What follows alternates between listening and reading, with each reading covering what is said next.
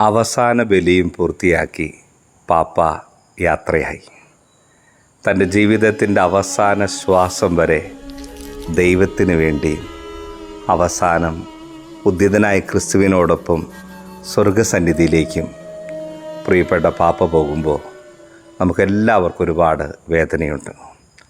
എങ്കിലും ദൈവതിരുസന്നിധിയിലേക്ക് ദൈവത്തോടൊപ്പമല്ലേ എന്നുള്ള ഒരാത്മീയ സന്തോഷമുണ്ട്.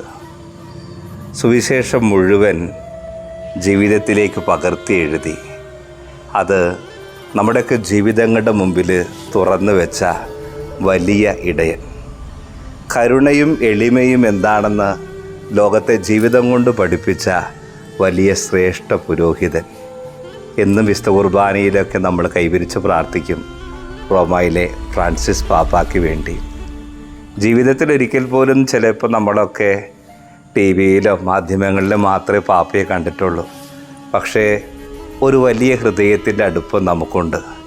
പാപ്പായുടെ ഓരോ പ്രവൃത്തികളും ഓരോ സന്ദേശങ്ങളൊക്കെ കേൾക്കുമ്പോൾ നമ്മുടെ ജീവിതങ്ങളിലേക്ക് തൊട്ടറിഞ്ഞു വെച്ച ഓരോ വാക്കുകളും വരികളുമായിരുന്നു പാപ്പയുടെ ജീവിതം. സുവിശേഷം തൻ്റെ ഹൃദയത്തിലേക്ക് പകർത്തി എഴുതി അത് ജീവിതം മുഴുവൻ തൻ്റെ അവസാനം വരെ മറ്റുള്ളവരുടെ കണ്ണുകളിലേക്ക് ഹൃദയങ്ങളിലേക്കും പങ്കുവെച്ച് കൊടുത്ത പാപ്പ വെറും ഒരു ഓർമ്മയല്ല. ക്രിസ്തുവിനോടൊപ്പം ഇനി സ്വർഗത്തിലിരുന്ന് നമുക്ക് വേണ്ടി പ്രാർത്ഥിക്കുമെന്നുള്ള വലിയ ഉറപ്പുണ്ട്. മാർപ്പാപ്പയ്ക്ക് വേണ്ടി നമുക്ക് പ്രാർത്ഥിക്കാം.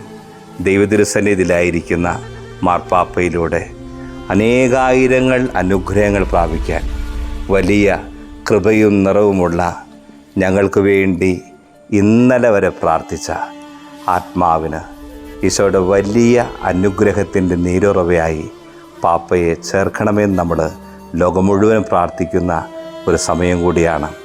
ലോകം മുഴുവൻ മാർപ്പാപ്പയ്ക്ക് വേണ്ടി പ്രാർത്ഥിക്കുന്ന പ്രിയപ്പെട്ടവരോട് ചേർന്ന് നമുക്കും പ്രാർത്ഥിക്കാം.